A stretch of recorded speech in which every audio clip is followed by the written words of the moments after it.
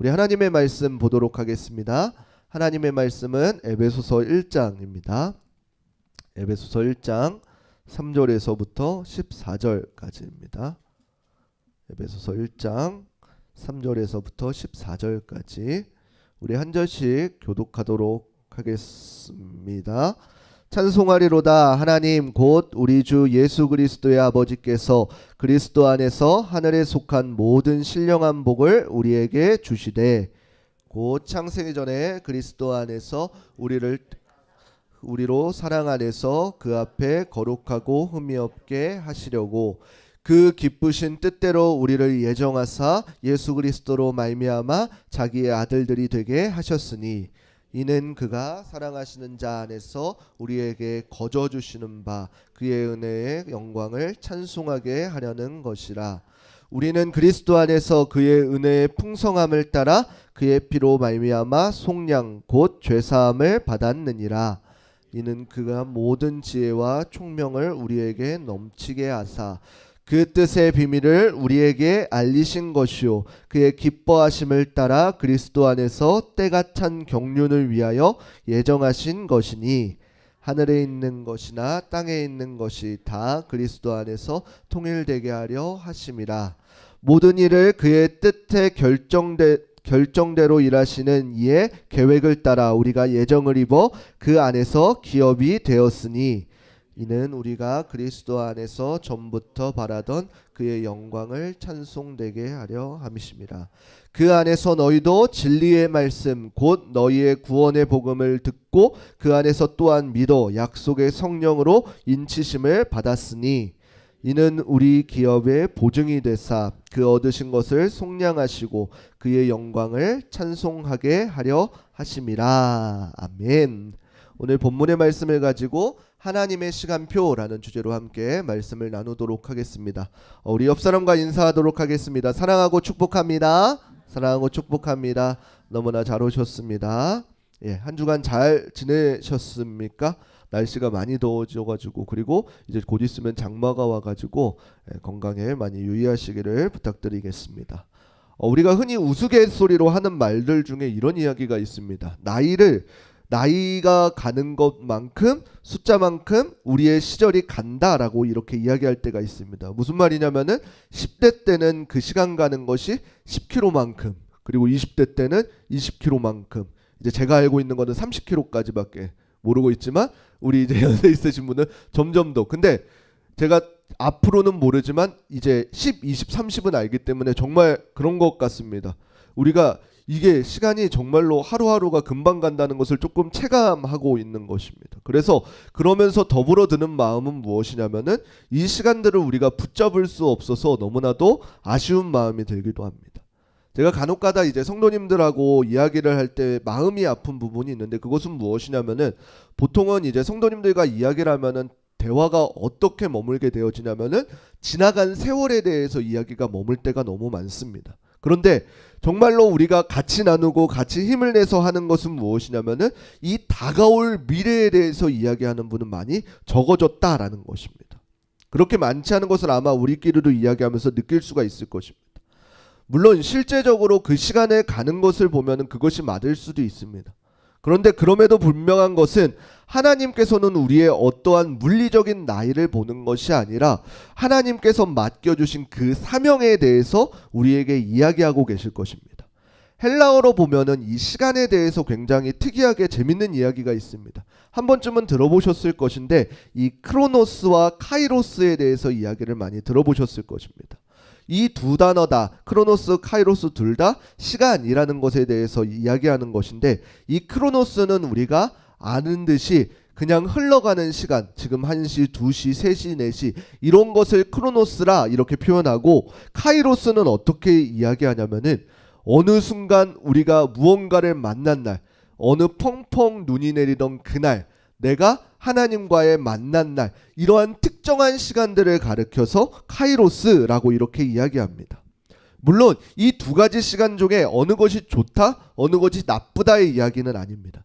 하지만 그리스도인이 하나님과의 절대적인 만남을 가지고 살아가면서 우리가 바라보아야 될 것은 무엇이냐면은 그저 그렇게 흘러가는 시간들이 아니라 매 순간 가운데에 카이로스, 하나님과의 특별한 만남이 우리 가운데 이루어져야 된다라는 것입니다.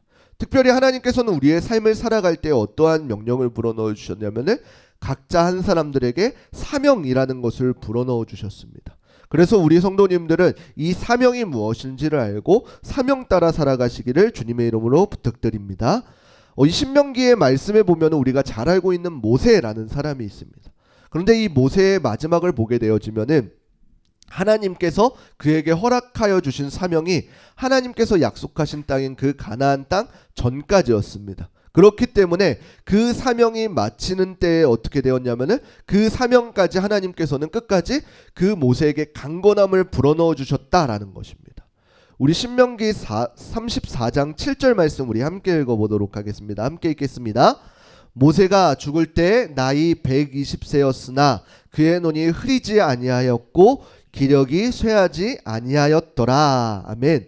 이 신명기의 마지막 부분에서 모세의 죽음에 대해서 이야기하고 있는데 분명히 그 모세는 죽음이 사명이 다하기까지 모세가 비록 나이가 많았을지라도 어떻게 되었냐면은 그 사명을 붙들고 살았다라 그럽니다. 그리고 하나님께서는 어떻게 하셨냐면은 그의 눈이 흐리지 않고 기력이 쇠하지 않았다라는 것입니다.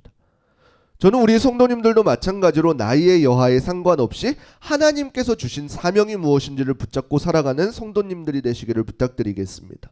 매 순간순간 반복되어지는 삶 가운데에 짓눌리지 마시고 나이가 많다고 좌절하지 마시고 하나님께서 내게 맡겨주신 사명이 무엇인지를 알고 그 사명이 아직도 내게 있다면은 힘을 내어서 그 사명 붙들고 살아갈 수 있는 우리 성도님들이 되시기를 주님의 이름으로 축원합니다.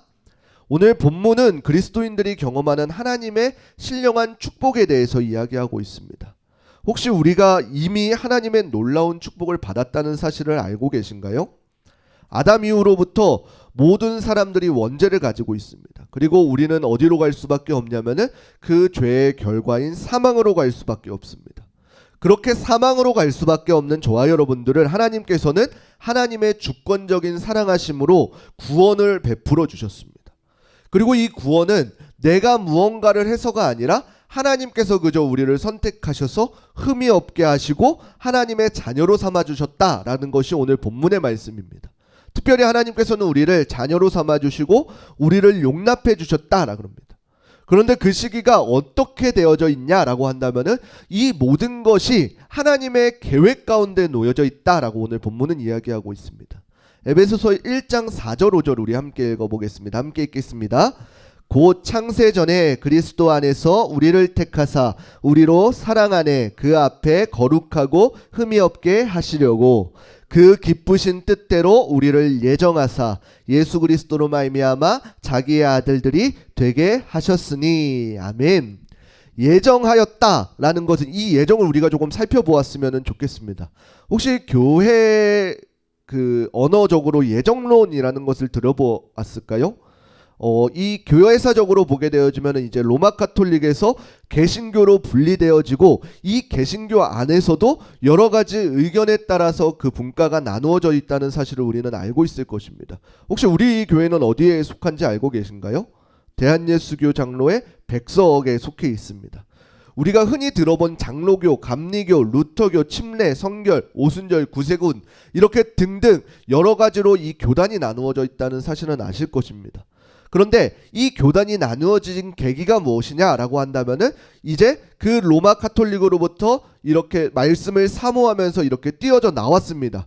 그렇지만 이 뿌리는 같지만 이제 조금의 의견 차이들로 이 교단이 나누어지게 되었다라는 것입니다. 이 특별히 오늘 본문에 나와 있는 이 예정론도 그러한 의미에서 마찬가지인데 이 장로교에 예정한다라는 이 말은 무엇이냐면은 구원함에 있어서 우리가 절대적으로 할 수 있는 것이 없다라는 것입니다. 그래서 하나님의 절대 주권을 강조하고 인정하는 것입니다. 그렇게 반해서 우리가 흔히 감리교를 알 건데 감리교는 어떻게 이야기하고 있는 거냐면은 하나님의 절대 주권을 부인하는 것은 아닙니다. 그러면서 우리가 가지고 있는 책임에 관해서 강조하고 있는 것이 바로 감리교의 그 교리인 것입니다. 조금 쉽게 표현하자면 이러한 것입니다. 우리 어떠한 달리기 선수가 있는데 그 달리기 선수가 이제 어떠한 꼬림점을 목표로 향해서 달려가고 있습니다. 그런데 그 달려갈 때는 어떻게 달려가야 되죠? 그 꼬림점을 보고 달려갑니다. 그리고 그 꼬림점을 통과한 뒤에는 어떻게 되어지죠? 그동안에 내가 어떻게 달렸나 이런 것들을 복귀하게 되어져 있습니다. 사실 이 구원이라는 것은 무엇이냐면은 감리교에서는, 장로교에서는 어떻게 했냐면은 구원받을 사람들을 하나님께서 이미 택하셨다라는 것입니다. 이제 여기에 동의하시는 분들이 아마 있을 거예요. 그런데 감리교의 이야기는 무엇인지 아시나요? 우리가 그 구원받기 위해서 누구나 예수 그리스도를 믿기만 하면은 구원받을 수 있다라는 것입니다. 이것도 끄덕끄덕 되죠. 왜요? 둘 다 다른 말이 아니기 때문입니다. 결국에는 그 작은 한 부분으로 인해서 이 교단이 계속적으로 갈라지고 이러한 이야기가 있다라는 것입니다. 장로교는 어떻게 이야기하냐면은 내가 구원받고 보니까 하나님께서 지나온 삶 가운데 나를 어떻게 이렇게 만지실 때가 있었음을 고백하는 것입니다. 그렇기 때문에 어떻게 돼요? 나의 모든 삶 가운데 하나님께서 나를 주관하고 계시구나 라는 이 사실을 고백하는 것이 바로 장로교의 예정론입니다.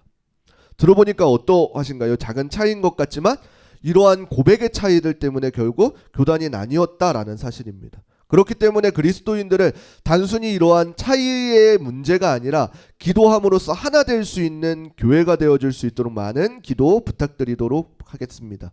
그런데 중요한 것은 무엇이냐면 어찌 됐든지 하나님의 절대 주권이 없으면 우리는 구원을 받지 못한다라는 이 사실입니다. 그렇기 때문에 하나님께서는 이미 우리에게 어떻게 해주신 건가요? 은혜를 베풀어 주신 것입니다. 에베소서 1장 7절 말씀 우리 함께 읽어보도록 하겠습니다. 함께 읽겠습니다. 우리는 그리스도 안에서 그의 은혜의 풍성함을 따라 그의 피로 말미암아 속량 곧 죄사함을 받았느니라. 아멘. 이 고백은 아마 어떤 교단이든지 그 부정할 수가 없을 것입니다. 우리의 어떠함이 아니라 하나님의 전적인 은혜로 말미암아 어떻게 돼요? 우리를 죄 가운데서 속량해 주셨다라는 것입니다. 특별히 어떤 방법으로요? 예수 그리스도의 피로 말미암아 죄사함을 입게 되었다라는 것입니다. 그렇기 때문에 전적인 하나님의 은혜가 아니면은 우리는 구원받을 수 없는 자들인 것입니다. 그렇기 때문에 어떻게 돼요? 이미 우리는 하나님의 놀라운 축복을 받은 자들이다라는 것입니다. 오늘날 많은 사람들이 고백하는 것이, 기도하면서 요청하는 것이 하나님께 우리의 어떠한 필요를 요청할 때가 많습니다. 그러나 이것은 들어질 때도 있고 들어지지 않을 때도 있을 것입니다. 왜요? 그 뜻은 결국에 하나님의 뜻대로 맞추기 때문입니다. 우리의 간절한 바램과 하나님의 뜻이 맞아야지 그곳 가운데 놀라운 기적들이 일어나는데, 우리는 그것에 좌지우지되면서 감정이 오가는 것이 아니라 이미 주신 하나님의 은혜를 붙들고 신앙생활을 해 나아가는 것이 우리 그리스도인들의 삶이다라는 것입니다. 그렇기 때문에 우리는 이미 놀라운 축복을 받은 사람이고, 그것이 어떠한 은혜인지조차 깨닫지 못하였을 때에는 이미 하나님에 대해서 알지 못하였을 때입니다. 그러나 어떻게 돼요? 말씀을 통해서 우리는 하나님께서 우리에게 어떠한 은혜를 베풀어 주셨는지 아는 사람들이다라는 것입니다. 그리고 특별히 오늘 본문 가운데에서는 어떻게 돼요? 그 놀라운 사랑이 무엇인지, 그 비밀이 무엇인지 우리에게 알려주고 있으십니다. 에베소서 1장 9절 말씀 우리 함께 읽어보겠습니다. 함께 읽겠습니다. 그 뜻의 비밀을 우리에게 알리신 것이요 그의 기뻐하심을 따라 그리스도 안에서 때가 찬 경륜을 위하여 예정하신 것이니. 아멘. 이 말은 무엇이냐면 이 비밀을 저와 여러분들에게 알려주셨다라는 것입니다. 알려주셨다. 하나님이 하나님됨을 드러내셨다. 이것은 무엇이요? 계시라는 것입니다.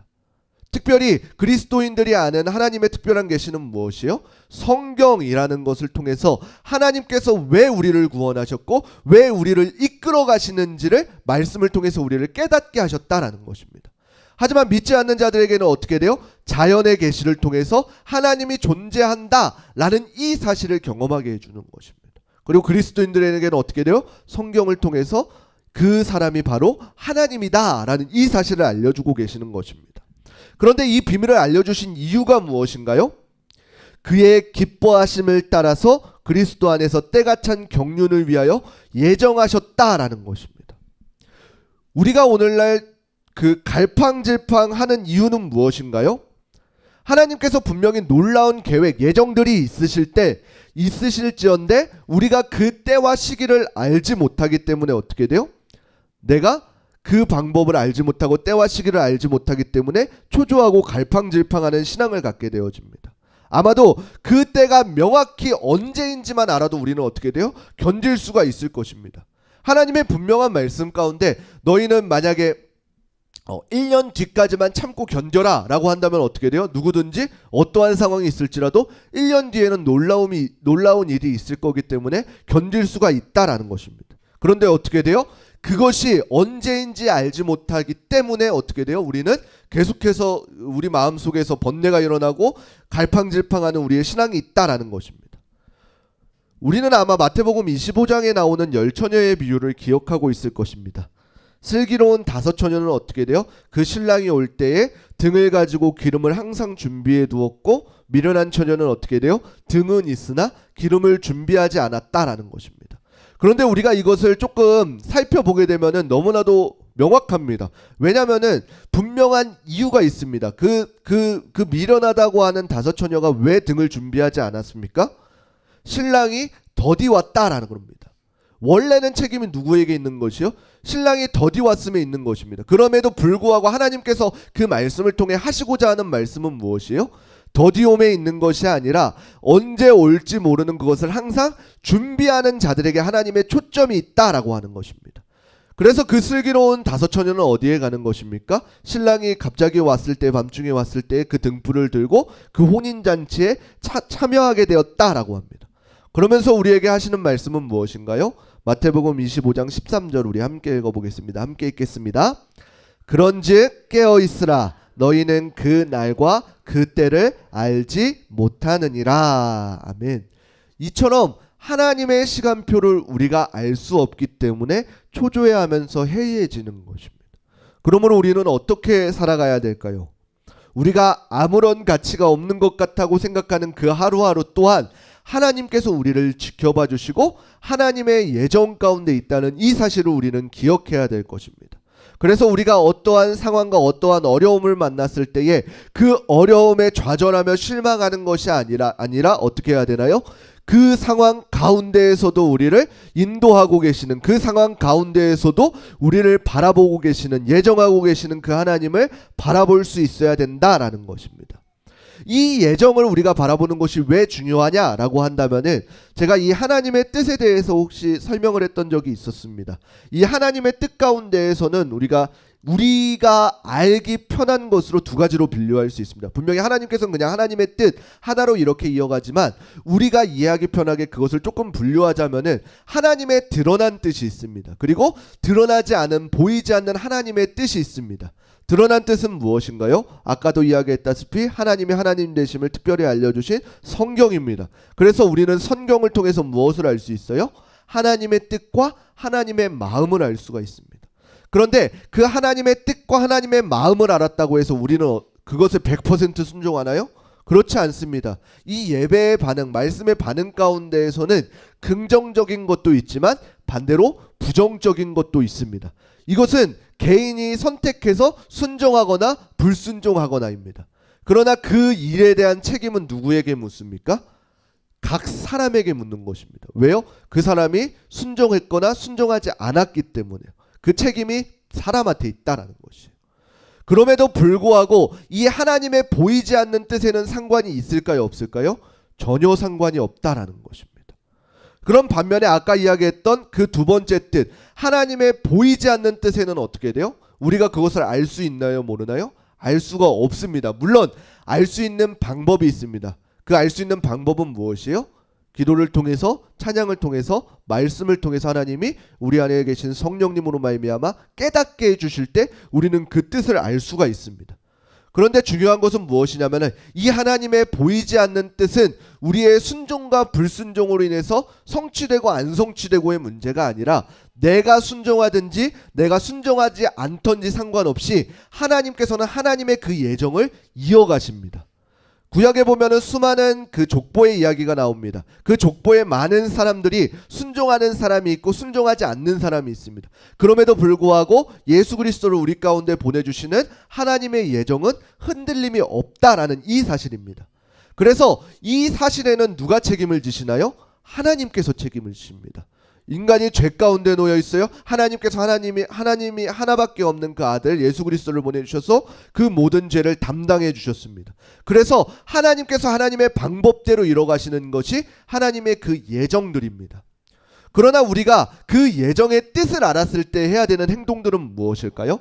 우리가 말씀과 찬양과 기도 가운데 하나님께서 이런 감동을 주셨어, 이것이 하나님께서 원하시는 뜻이구나, 이 사실을 알았어요. 그럼 우리는 어떻게 하는 걸까요? 그 말씀에 순종하게 되어집니다. 그러면 어떻게 되는 것인가요? 하나님의 그 보이지 않는 뜻들에 나를 사용하셔서 이 땅 가운데 하나님의 그 보이지 않는 뜻들이 풀어지는 것입니다. 그래서 우리가 하나님의 말씀에 깨어있고 순종해야 되는 이유가 여기에 있는 것이요. 내가 하나님께 사용받았다라는 이 즐거움, 기쁨이 우리에게 경험되어지면 어떻게 되어지는 것인가요? 사람들은 알지 못하나 이것이 어떻게 이루어지고 어떻게 이루어가는지 아무도 모르나 어떻게 돼요? 우리는 하나님께서 이것을 이루어 가시구나, 이것을 깨닫게 되어진다라는 것이요. 그러면 어떻게 되어지는 것인가요? 이 땅 가운데에서 하나님의 천국의 잔치를 맛보게 되어지는 것이요. 마태복음의 슬기로운 5처녀가 준비하면서 하나님을 갈망했던 것 이유는 무엇인가요? 그 신랑이 언제 올지도 모름에도 더디옴에도 불구하고 갈망했던 이유는 무엇인가요? 그 신랑이 반드시 올 것이고 언제일지 모르나 나는 그것을 준비하면 항상 겸비하면서 준비하는 그 태도를 보여준 것입니다. 오늘날 저와 여러분들이 가져야 될 태도는 무엇인가요? 예수 그리스도께서 이 땅 가운데 다시 오신다라고 하셨습니다. 그날이 언제고 언제의 시인지는 알지 못할지라도 우리는 어떻게 돼요? 늘 깨어서 늘 기도함으로 나아가야 되는 것입니다. 왜요? 하나님의 보이지 않는 뜻들은 내가 지금 그 좌절하고 있을 때에도 상관없이 하나님께서는 이루어 가지고 계시기 때문입니다. 하나님의 그 뜻 가운데 제가 표현하기로 조금 구원의 그 열차, 하나님의 시간 그 예정의 열차라고 합니다. 그런데 내가 그 말씀에 순종하게 되어지면 어떻게 돼요? 나는 그 열차 안에 속하게 되어지는 것입니다. 그런데 내가 어떠한 상처 가운데, 어떠한 상황 가운데, 어떠한 것에 짓눌려서 그 잔치에 참여하지 못하면 결국에는 우리 입장에서는 누구 손해예요? 각자의 손해인 것입니다. 그렇기 때문에 어떻게 돼요? 말씀 가운데 깨달았을 때 순종하는 그 연습을 통해서 하나님께서 이 땅을 어떻게 이끌어 가시는지를 경험하게 되어지는 것입니다. 그러면 어떻게 되나요? 그 다음에 어떠한 어려움과 문제가 왔을 때에 이때에도 하나님께서 그동안 함께 하셨던 하나님이 능히 나를 감당케 하시고 능히 나를 이기게 하실 거다라는 이 믿음이 갖게 되어지는 것입니다. 그러면서 한 걸음 더 전진할 수 있는 힘을 얻게 되어지고, 그렇다 보면 어떻게 돼요? 또 하나님의 잔치에 나는 또 참여하고 있게 되어지는 것입니다. 우리는 하나님의 시간표를 알 수가 없습니다. 그렇기 때문에 우리는 하나님께서 주신 말씀에 순종해 나아가야 되는 것입니다. 그래서 어떻게 되어지나요? 하나님의 마음이 어느 곳에 있는지를 깨달아 나아가야 됩니다. 하나님께서 우리에게 깨닫게 해주실 때 어떻게 돼요? 우리는 그 하나님의 시간표를 발견하게 되어지고 순종함으로써 언제나 우리에게 가장 좋은 것을 주시는 하나님을 경험하게 되어지는 것입니다. 그때 우리는 하나님의 뜻하신 바를 기억하고 하나님의 놀라운 잔치에 참여할 수 있는 것입니다. 저는 우리 흐르는 교회 성도님들이 날마다 깨어서 하나님 앞에서 기도하고 하나님께서 보여주신 일들을 체험하면서 살아가시는 우리 성도님들이 되시기를 부탁드리겠습니다. 그래서 밋밋한 우리의 삶이 아니라 매 순간순간 하나님께서 개입해 주시는, 하나님께서 참여해 주시는 하나님과의 온전한 교제를 누릴 수 있는 그 카이로스의 시간을 우리가 경험할 수 있기를, 하나님의 시간표를 알든지 알지 못하든지 하나님의 그 예정하심을 따라 우리도 그 말씀에 순종하며 나아갈 수 있는 우리 흐르는 교회 성도님들 되시기를 주님의 이름으로 축원합니다.